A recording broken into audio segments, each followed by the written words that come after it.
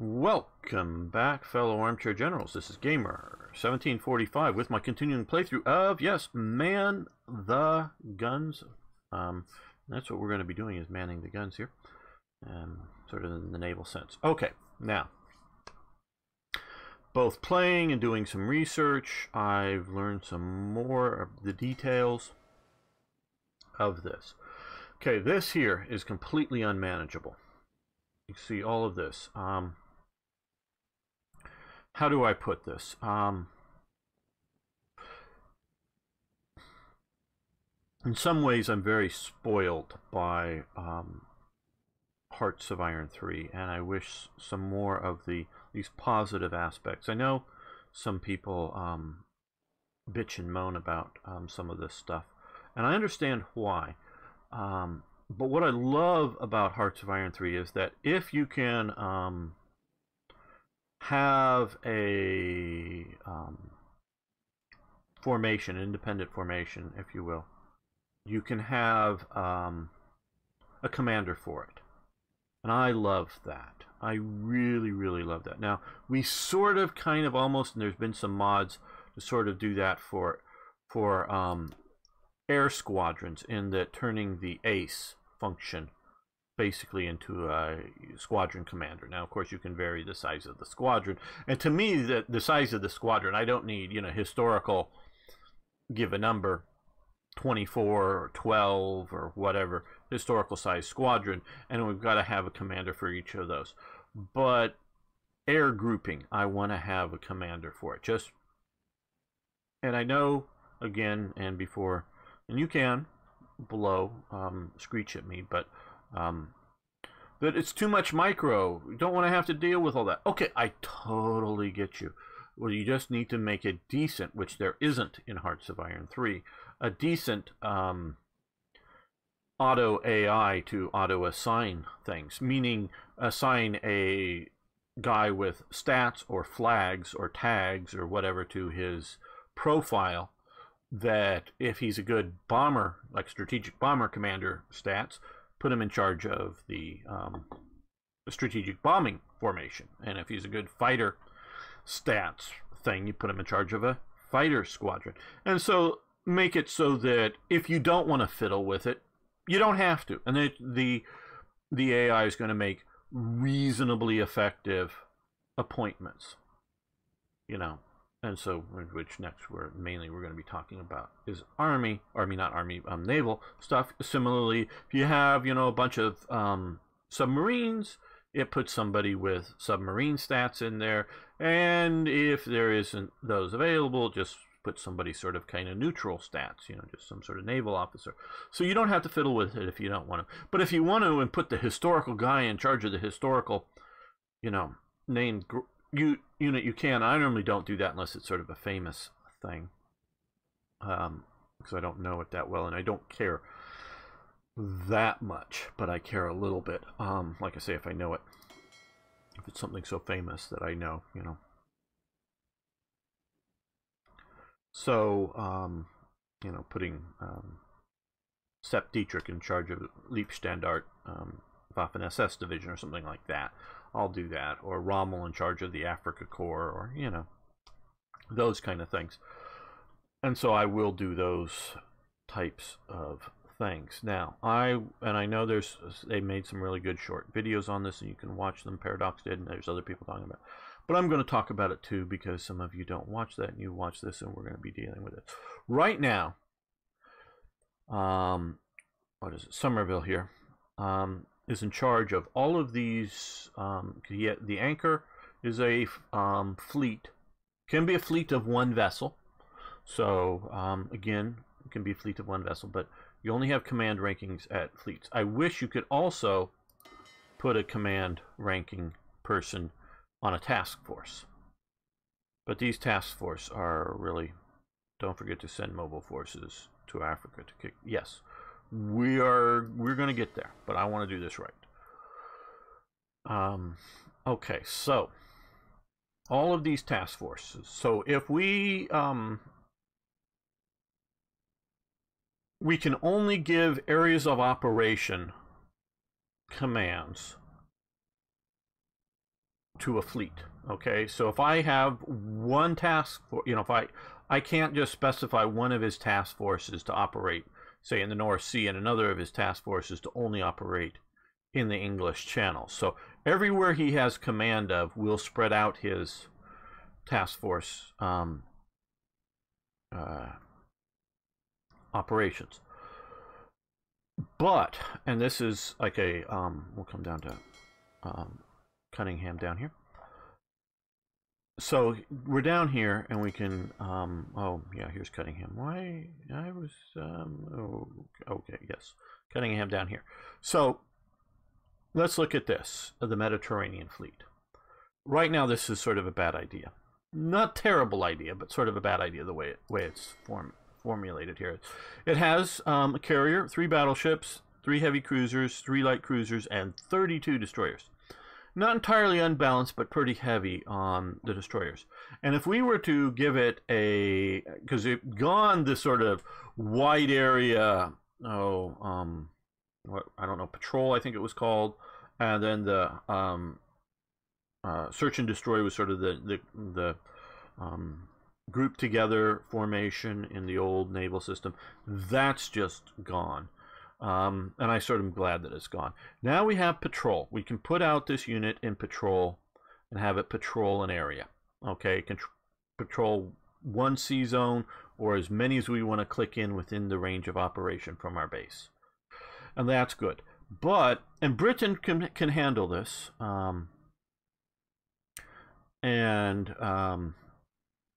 America can definitely handle the fuel usage, but particularly if you're playing somebody like Italy or Germany, and trust me, this is very historical also for Japan. Japan had real trouble with operating its heavy naval units and having enough fuel for it, to the point that, it was like in, I think, 44, or maybe even as early as 43, they moved a lot of the heavy battleships down to here, because they could, or maybe here, I forget which, but down where there was fuel oil that was fairly easy to refine, not, quite straight out of the ground, but sort of kind of that way. And so they didn't have to ship the oil to Japan and then put it in the ships. And so moving the Yamato and some of the reasons some of those big battleships didn't operate very much is just for literally the lack of fuel. They also didn't want to throw them away in a bad situation. They wanted to, again, both the U.S. and the Japanese fleet were both Mahanian navies. Britain was somewhat of a Mahanian navy, but Japan, the naval thinkers of Japan and the naval thinkers of America very much took to heart Alfred Thayer Mahan's naval philosophy, and the World War II wasn't a captain, a naval captain, wasn't a captain in World War II, but was a naval captain by the time he retired and became a ROTC teacher.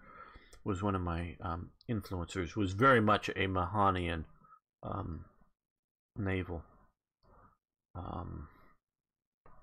viewpoint, and so that was in the 80s. It was still being taught to me in the Navy, so I presume it's more or less stayed.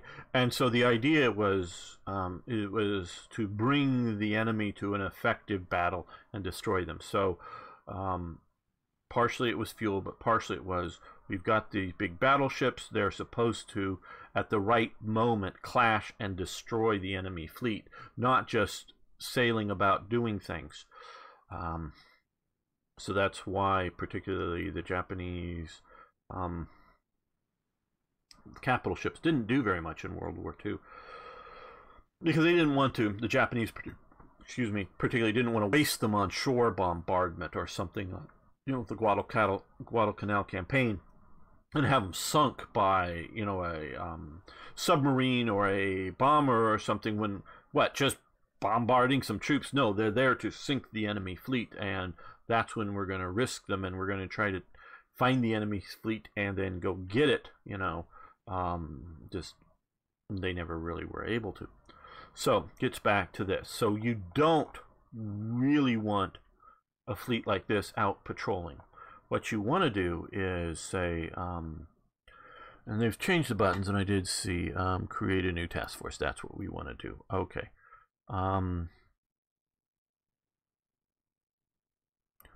Well, I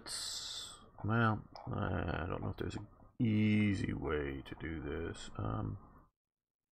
Select ship to transfer all cruisers, no, we don't want all cruisers, so, let's go with some, no, we don't want county, we want,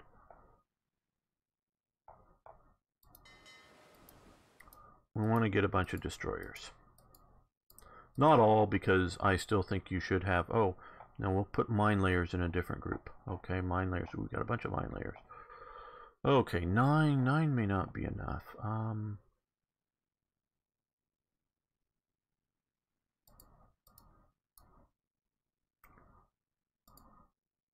Okay, 14. Don't know if it's enough, but it's what we'll do for now. So now, this is another task force under Andrew Cunningham here. Now what you do is you put these guys, you select just these guys, and these guys you put out on patrol into this sector. Okay, and so back up to here. No, we don't want you on patrol, because they'll come out on patrol. So you have these guys, the destroyers, out patrolling. They'll go out sort of like it was before. Right, well, we're not going to do all in light, but we're going to do some of this kind of stuff. So the light vessels are out on patrol. This strike force, and you can put the whole thing out on patrol and it does work, but this strike force, you put them out here, and so when it spots an enemy fleet, this strike force will sally forth from the port to attack them. Now, obviously you are, and you still can micromanage things, because you can still, unclick this and send them to a particular seas province, or you can, do some more micromanage type thing, but we're going to put them, so they're now going to any enemy units in here. This heavy fleet is going to come out and engage. And a key thing is you no longer need to gain control of the sea zone to do a naval invasion. And I'm so glad for that, because I thought it was overkill, because yes, for the D-Day invasion, of course, the Allies had complete control. I wouldn't say for the North Africa landings that the American allies had complete naval control over some of the sea zones. They might have had that sort of for the moment, and definitely we can see in the Pacific War, in the early stages, that not being the case. But say if you're going to have an Italian or German or whatever invasion fleet from here coming to here, and it just comes across to here, and this gets spotted, it's going to get munched. But you now have this one here, naval invasion support. Basically, if you were to assign, say, this group to naval invasion support, it'll follow along with the invading forces and engage any naval forces that's engaging the invasion force. So you may still, if you're the Germans and you have a few destroyers here in the Mediterranean, and it gets engaged by 3 battleships and a carrier, they're probably going to get destroyed, and it's all going to get destroyed if it gets caught. It may not get caught. It may not be spotted. It depends on how far it has to go. It depends. Are you coming from Athens to Crete? And can this fleet get there in time and all of that kind of thing? Maybe, but maybe not. So it's, and I don't yet know, the chances, going in one sea province from here to there, how likely is this ship, big task force going to get this? So this makes tactical invasions much more possible, which can be coming across here. You know, so if you have your whole fleet, you know, the British fleet up in Scapa Flow, which you maybe sort of stay where it should be, you might be able to get an invasion fleet across the way before it gets there. I've not yet worked all the timings out, but it's quite possible. But if you have some channel fleet units, you're very likely going to get a dash out and get them sunk if they're not well escorted. Of course, naval operation, air operations, and that will definitely help.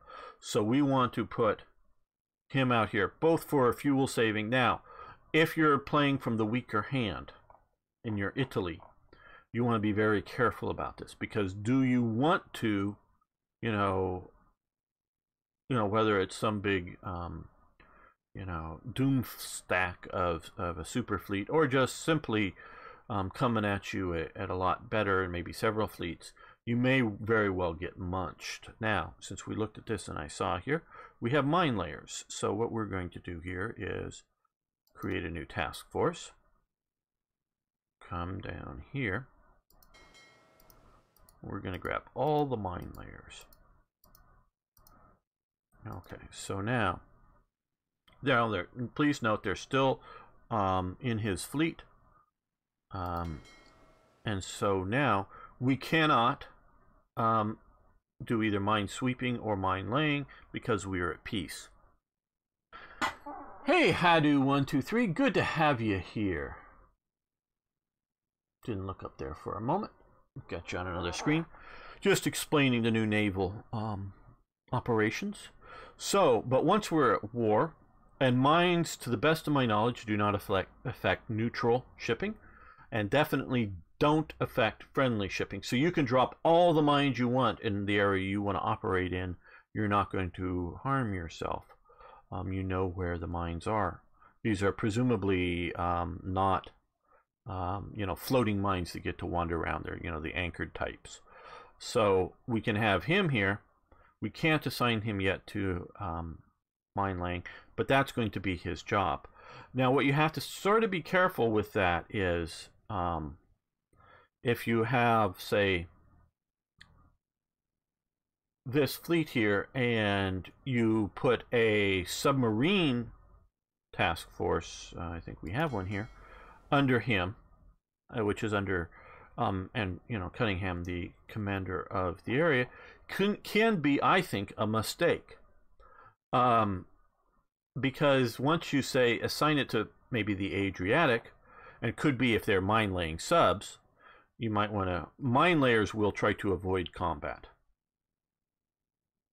We're going to lay mines everywhere, JP. Mines everywhere, mines. So yes, I don't know when or what, or, you know, what's going to be the priorities, but we are.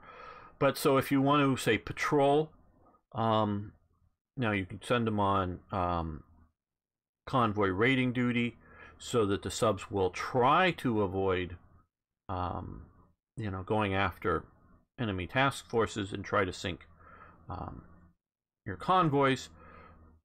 And then they'll have convoy escorts, which will try to engage them and may bring in other ships and things. So, but if you say assign your subs up here,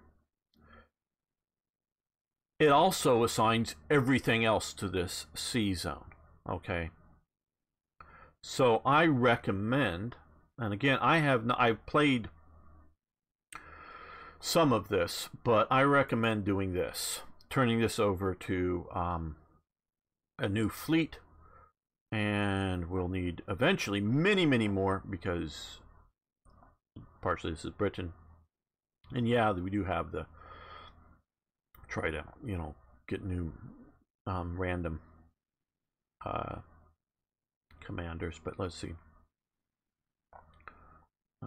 Gentlemanly. Well, we'll just give him the command for the moment. So now he's here, so if I want to say, well, I don't know that we're going to keep this, but convoy raid here, it won't drag all of these units up here to be hammered by enemy air power, and Will you lay mines beforehand for the Japanese war? That's a very good idea, because you can do that once Britain is at war. That would be a very good idea. I'm going to think about it. Depends on how many mine laying vessels I have. Probably could spare some, you know, to drop them here and drop them here while Japan is still neutral with us, and be ready for that. That's a very good idea. But we can't lay mines on, you know, like I was saying, until at least Britain's at war somewhere. So, upgrade the ships. Yes, we can upgrade some of these. I don't know that I'm going to bother with that, but we're going to cancel this operation there. Because I'm not yet ready and not going to burn it up the fuel. So, and being ready to strike a non-existent enemy. So, keeping all that in mind, we need to figure out what we're doing here, because Home Command is, one, just more task force than he can handle, but two, we need to better manage all of this. And I hope this is interesting. Remember to hold Hong Kong. No, I think I'm going to abandon Hong Kong, like KB, once we get near the war there. I don't see a good enough element to do so. Okay, I think, yeah, I think a channel command would be a good idea here. So let's create all of these into a new fleet. Fly swatter, anti-AA. That's a good idea for channel command. Okay, so now that gets us channel command. So we will expect, if we're going to face an invasion, it's going to be here. Now what we're also going to do is, let's click on the channel here. We have access, and this is us. This only deals with our ships. Currently it's all access allowed. We can avoid. Fleets and trade units will try to avoid this region unless there is no other route available. And trade routes will never pass through this region, and fleets will never pass through this region unless no other route.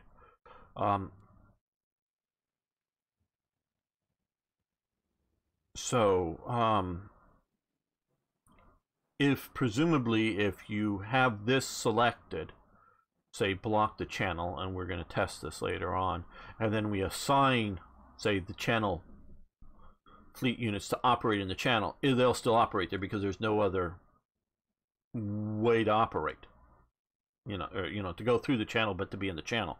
But what that would do is to block trade routes that we're using from being in the channel, and so that we can move them, say, all to the western approaches, so that they all come through here. So we can use all of our anti-submarine operations, at least most all of them, here, and other sea zones, but we don't have to worry about the channel in the North Sea. This is wonderful, something I've asked for a long time. Use Hong Kong as a bridgehead to help China. I don't think we're going to be able to do that. Okay, active regions, destroyers. Okay, right, well, we're going to move you to this one, I think, is channel command. Yes. So and these guys, they're, I think, going to be sort of a western approaches area of operations. So we're only looking at getting guys that are going to be operating in the channel. These are just various random United Kingdom fleet elements that have been set up. So let's create a new task force, all submarines. Great. So we now have that.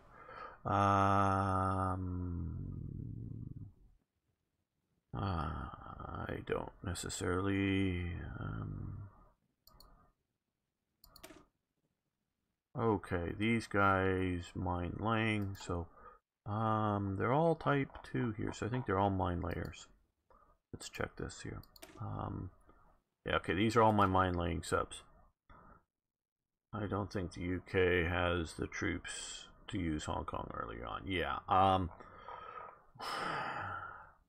We could abandon a lot of Europe and maybe do that, but we're already seeing Japan this close.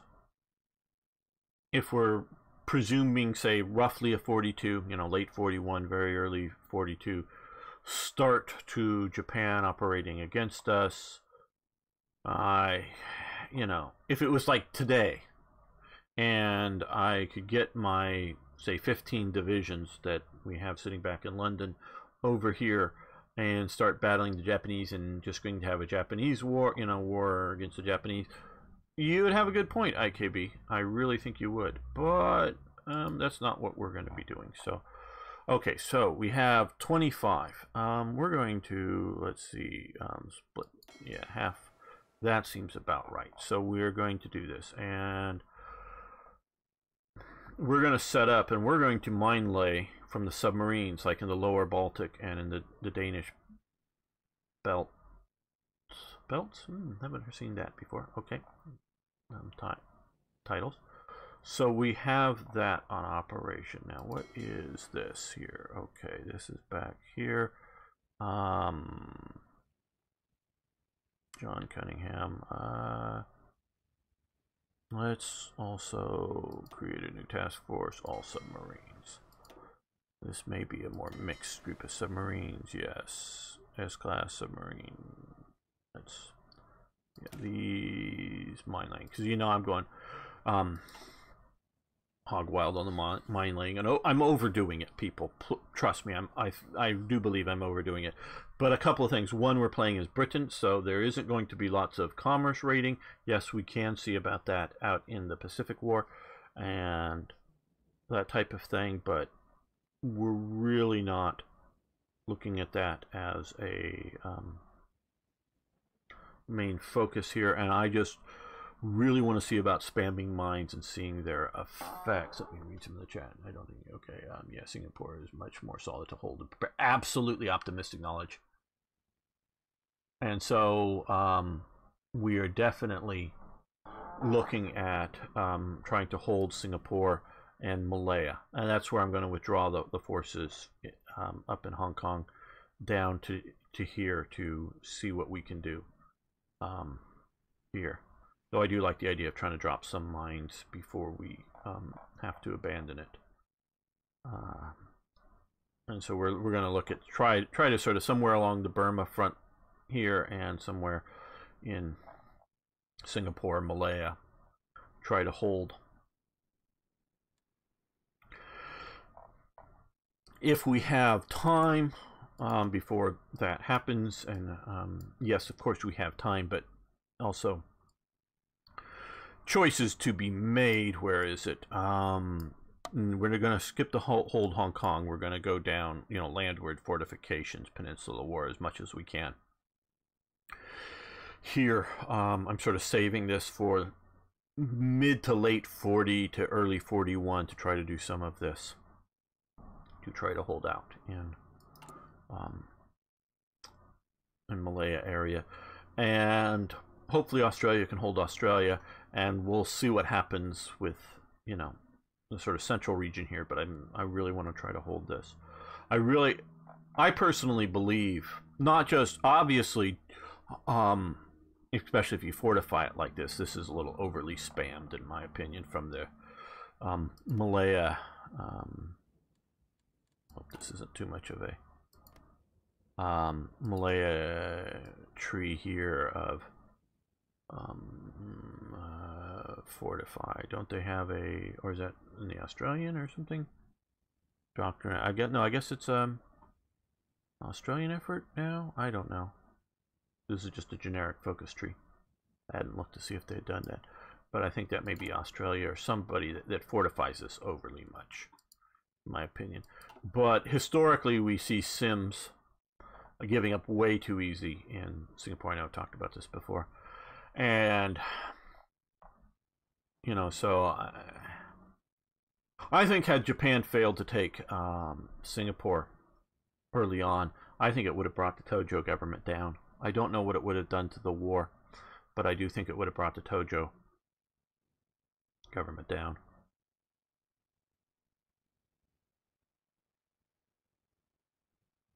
Move the Thailand Sea in straight. I would.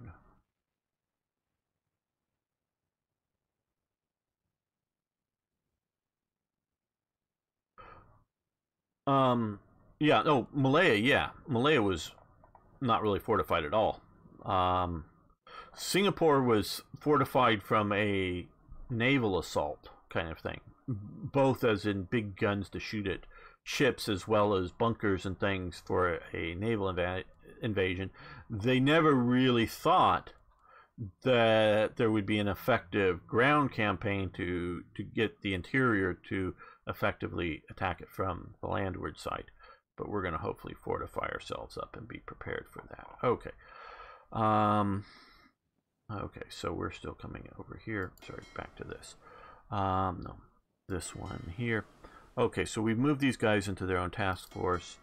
I want to see these type 2s. What are they?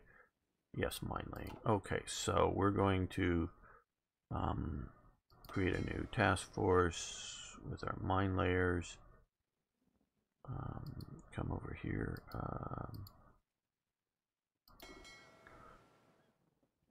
No.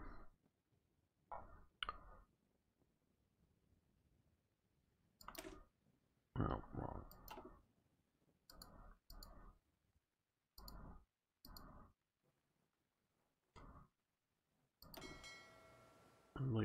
I think these are all going to be mine layers. Select. Yeah. Okay. Yep. Mine laying and so combine these two. Okay. So these are some of mine layers. Yeah. Let's take these guys here.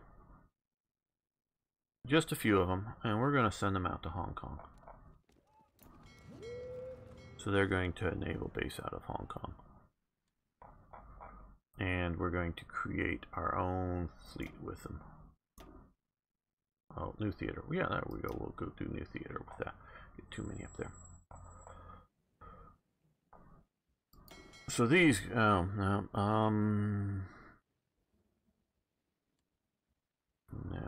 I want to see.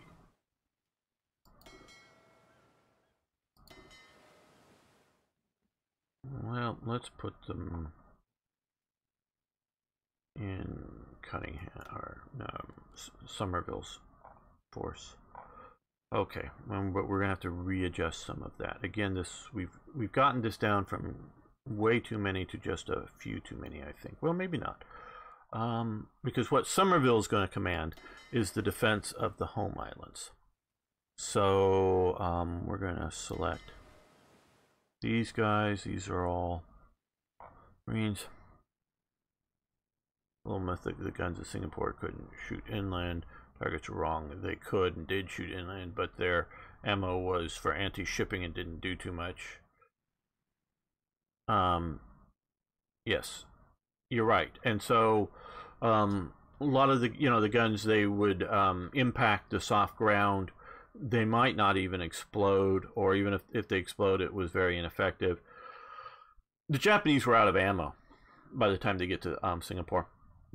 And had Sims just vigorously attacked, the Japanese would have had to gone to bayonets, almost literally. So, let's move you out of here, and we're going to go theater, not British homelands for the moment. You're going to come down to Gibraltar to do commerce raiding in the Mediterranean, maybe out of Malta eventually, but I don't know that it needs to base out of there.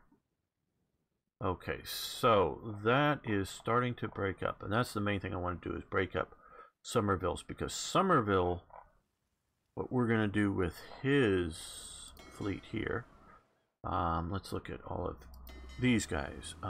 Main task force with that, they're going to be well, they're going to be the strike force, so we can give them a strike force command now. I want to look at this. Okay, we're here. Okay, they're going to be operating North Sea, patrolling. Another patrol North Sea, barely enough, but all right.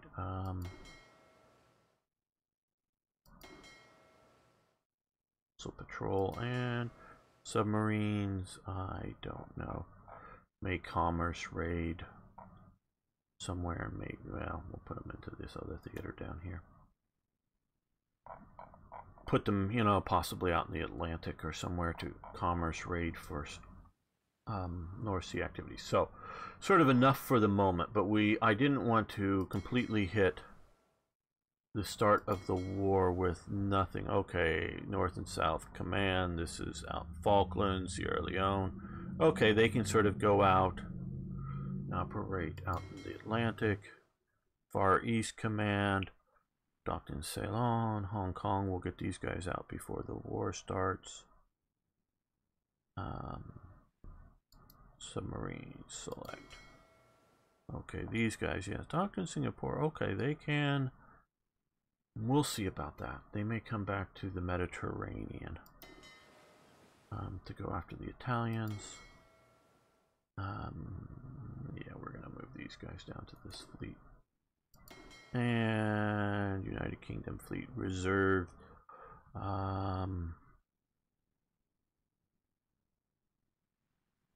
That's all right. We may see about where we want to put those. These guys are, I'm looking at maybe a convoy escorting use these guys, you know, out here to battle submarines and any big surface raiders.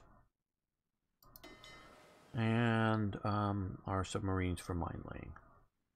All right. Let me see. Minute down, attack. Packen says.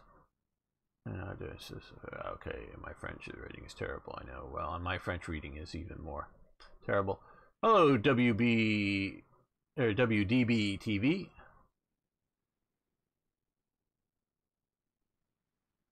Well, it's getting much better. It's getting to where I would say it is playable now. The AI is still the sort of worst thing about it, the combat AI. Okay, we're getting ready to start the clock. I know we've been going for a while with the episode, but I wanted to cover sort of what I was planning, both strategy and new mechanics wise.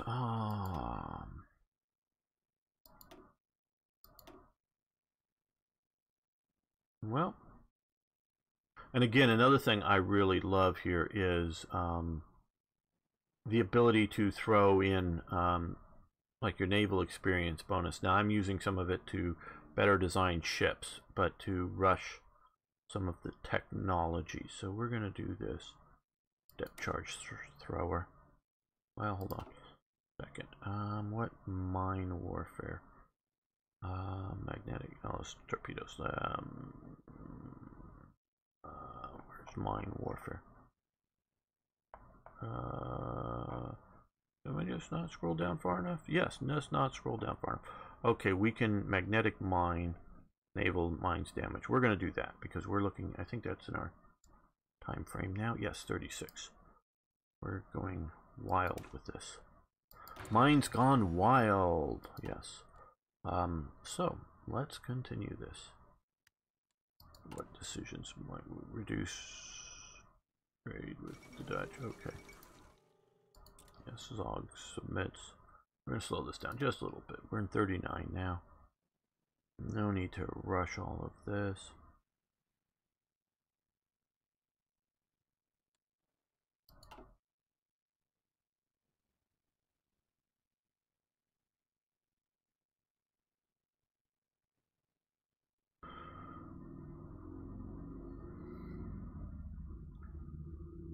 Well, I'm still a very big fan of Hearts of Iron 3, as anyone who's watched much of my gameplay. Now I'm going to, at least for the moment, move this to avoid. So we move all of our, or at least most of our convoys to some other path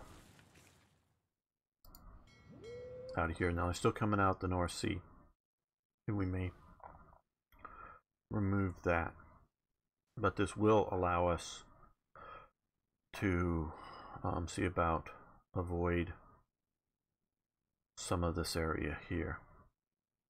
So I love the ability to deny sea areas.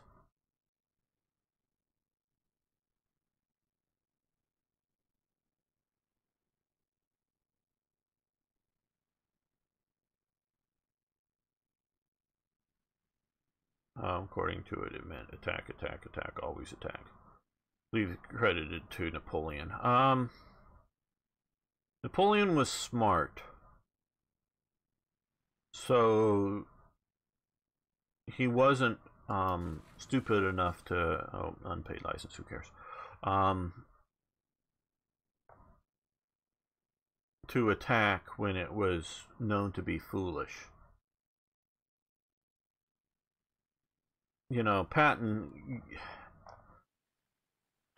partially for what he said and did, and partially what people said and did about him during World War II, and even more in the anti-war, because if you don't realize it, the movie Patton is an anti-war movie.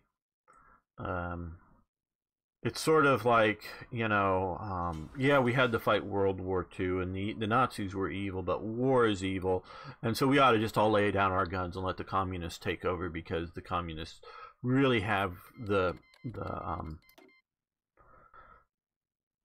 just our best interest looking out after us, and that's sort of the anti-war movement going on at the time that when Patton is made. And of course, George C. Scott does a great job, but doesn't sound anything like Patton. Patton had a very high voice. But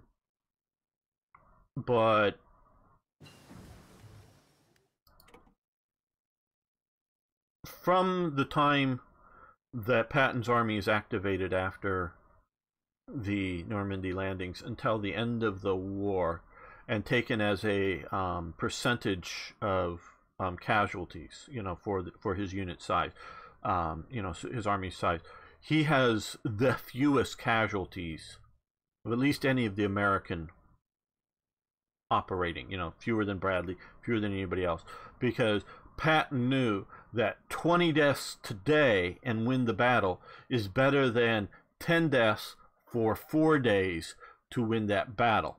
You know, being more cautious, take longer, and so get it done now. So higher casualties for, say, the day or for 10 days, but to spread them out over longer time, you're going to end up with more deaths on your side.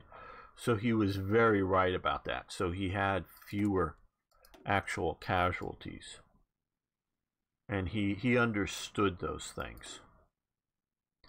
And that is why he did some of what he did.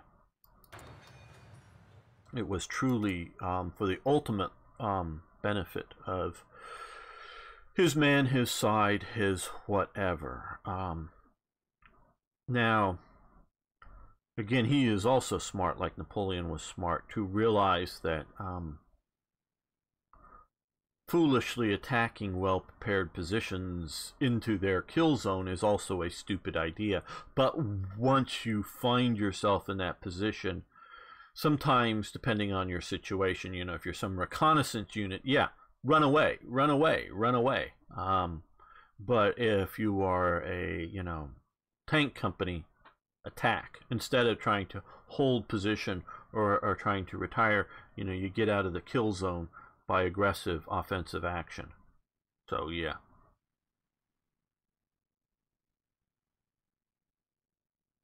Oh, that was pretty quick there, Drunken Barbarian. Okay, so we have more factories. Let's see, is there anything... Well, could use some more light tanks compared to what we're doing. So let's also look at here. Okay, we got a light tank. Just came out. That's why we need some more. Got an Indian division. Let's train up a mountain division. Get that in training. We'll put that up here in Newcastle. Oh, and I want to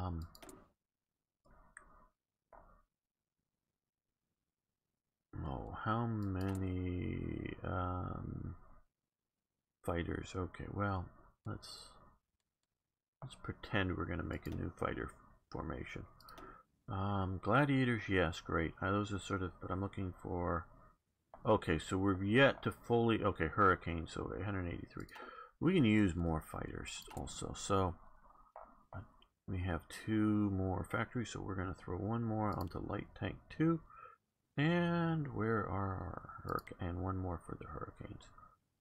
So that we're pushing there as well.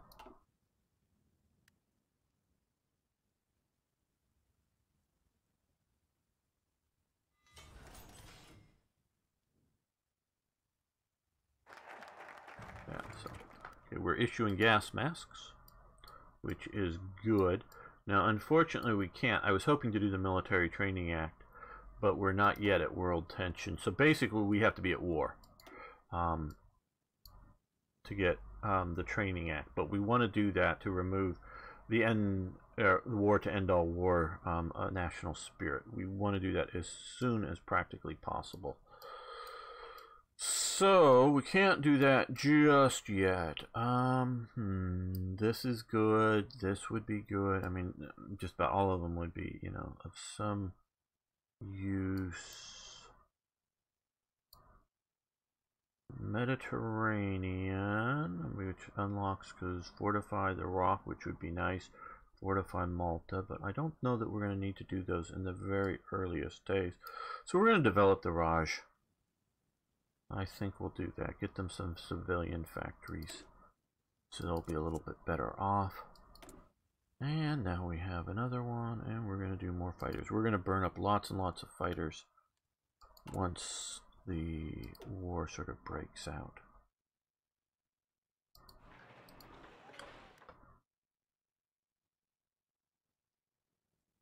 Yes, Britannia will rule the waves in this game. Now, let's get this group here going. Okay, we're gonna give it a commander. I do like what they did down here. Level 2, Arthur Percival. That's the commander in Singapore. Cautious. Planning speed -20.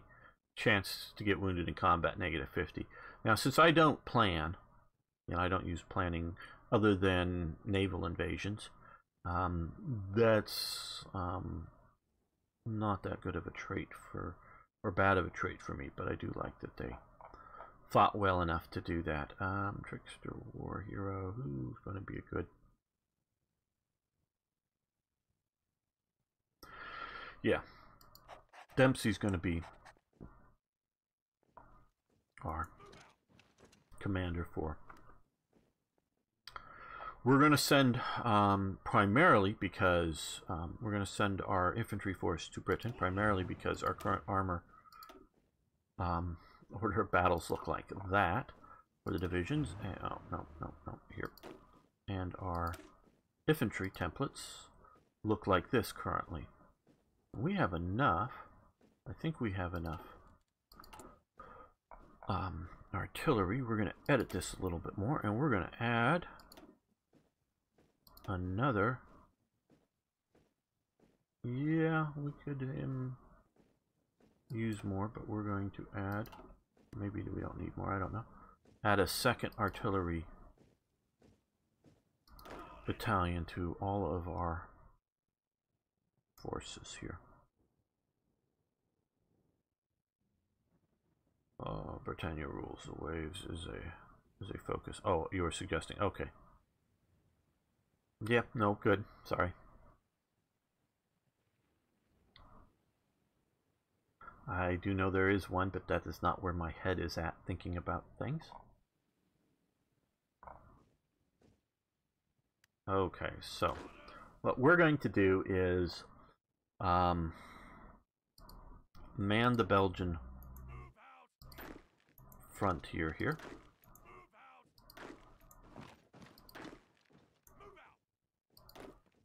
Okay, now we're going to put 2 divisions here.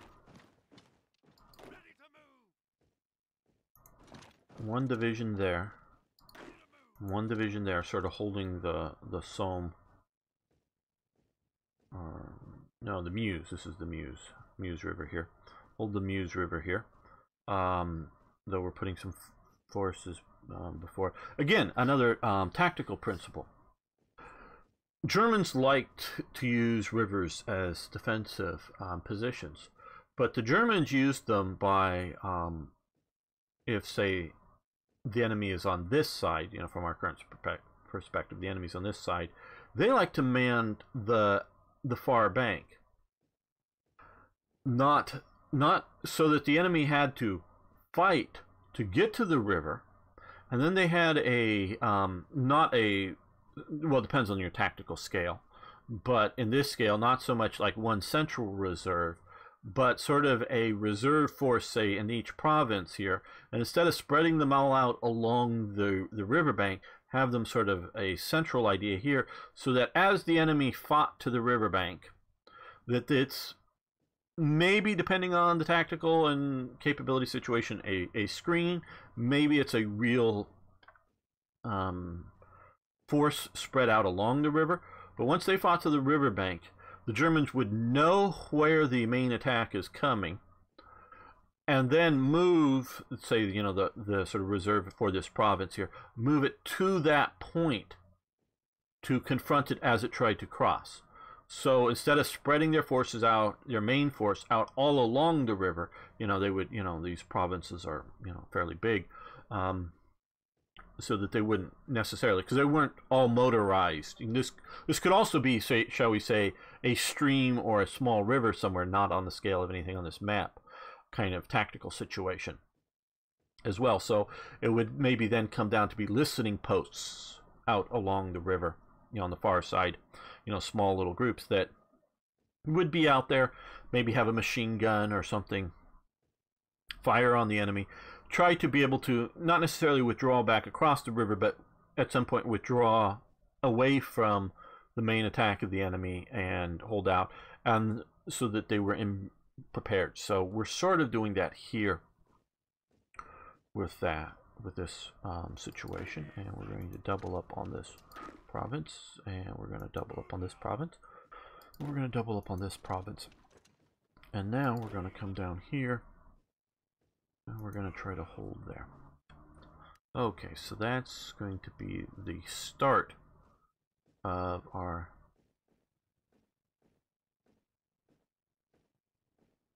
what is this? Back in the 80s, I played these games on a slip of paper with units drawn on cardboard. These games are so cool now. I'm with you, WDB. The old Avalon Hill, you know, Third Reich. Oh, that was my favorite. And of course, there's like Panzer Leader and Panzer Blitz and other board games like that. And I played miniature tanks stuff. So yeah, back in the 80s. Technically, I started back in the 70s. Okay, I was young at the time, but yeah, I started back in the 70s. I'm that old.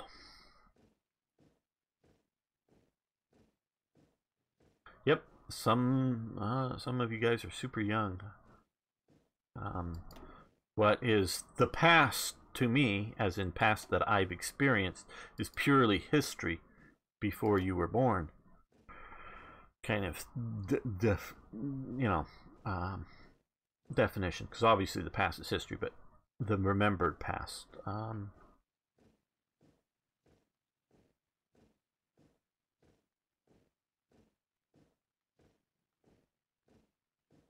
Yeah, we'll do this.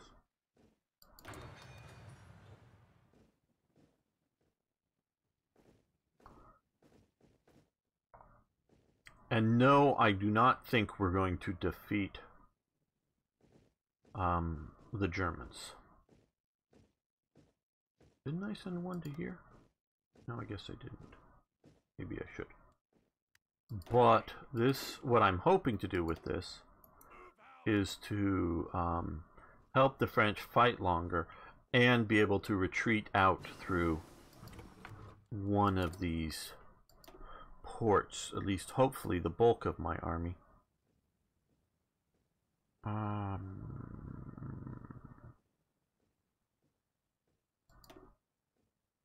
Okay, yes, we will, now that we get a 10% bonus from the Dominion of Canada, we will start Grand Assault research.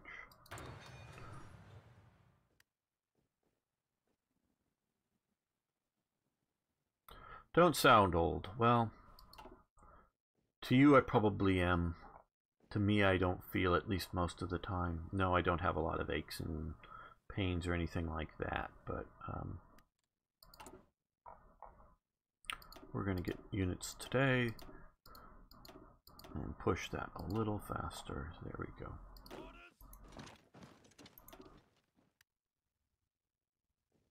I will assign more to this to the army, but since he trains his full army, I'm not going to. So We will be moving our mobile forces at some point to North Africa because I'm hoping to hold Britain with infantry divisions and naval and air power.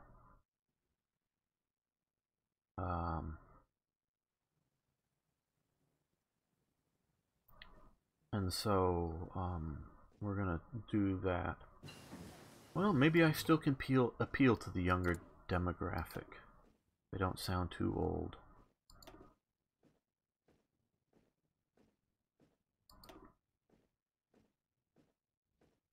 Yeah, let's do engineering entrenchments so that we can hold better. Okay.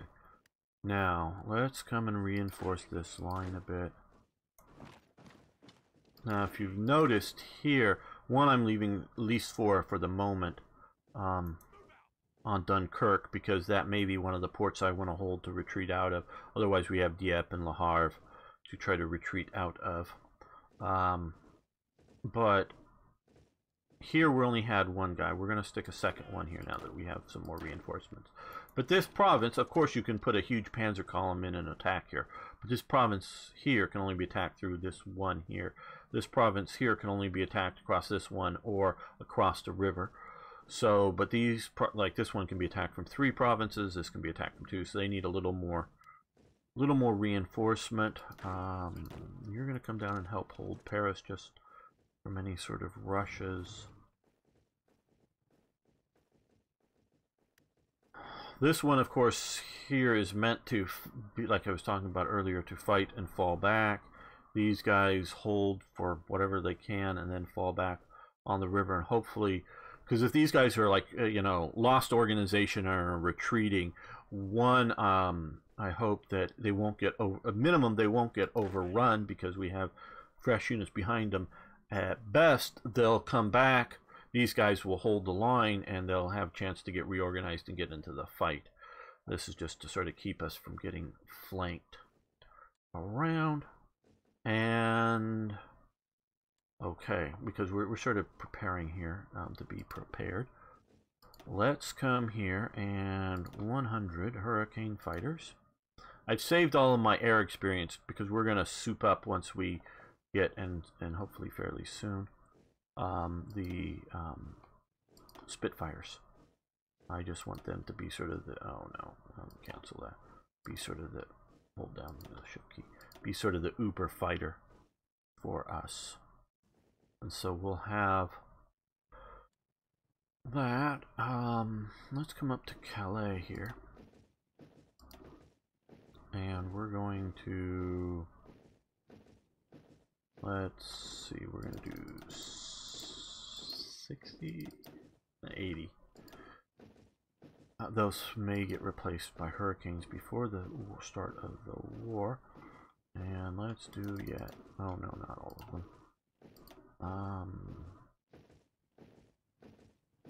Let's do 80 tactical bombers to help the Low Countries. Those are going to be assigned to operate in Benelux out of Calais. And then also down here, let's just 40. We're building more. So now down here, because I know the Italians will be pushing down here, we're going to do 100 gladiators. Hopefully be able to face up against them. Let's do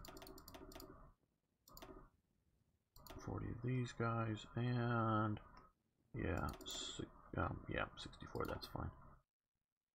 Down here to help out with the, oh no, they didn't get, did I, oh, I hit the wrong button, I guess. Where we are, there we are. Okay, 64. Help the French out with the Italians, because the Italians jump in the war fairly quickly. I'll be 50, and I found that after 40, time goes very fast, and don't be in a hurry for anything. Yes, I'm in with that demographic there, WDB. You still get carded for occasion. Yeah, well, I know, because and those who've been around, I used to work as a bouncer way back in my youth. For various reasons, just if you sort of looked maybe a bit under 30, we would card you. And just so that you're not like, well, why'd you card? Partially it's for the women. And then I would have the 45-year-olds when I was in the 20s and they look old to me, the 45-year-old women. Well, why didn't you card me? Yeah, but part of it was that is, you know, so if you have whether men or women, instead of trying to, oh, well, you look under 18 or look under 21, for the bars it's under 20. You look under 21, so I need to see your ID. No, it's just like, hey, you're in your 20s. Everybody shows me their ID. I don't care. You don't have it, you don't come in. If you showed up and you looked 45, 50, or 35 or something, I probably wouldn't card you, so you just come in. And so it would just, you know, be sort of that sort of rule for me. So don't necessarily take it as that people think you're under 21. It just, they do it to everybody kind of thing, unless you really look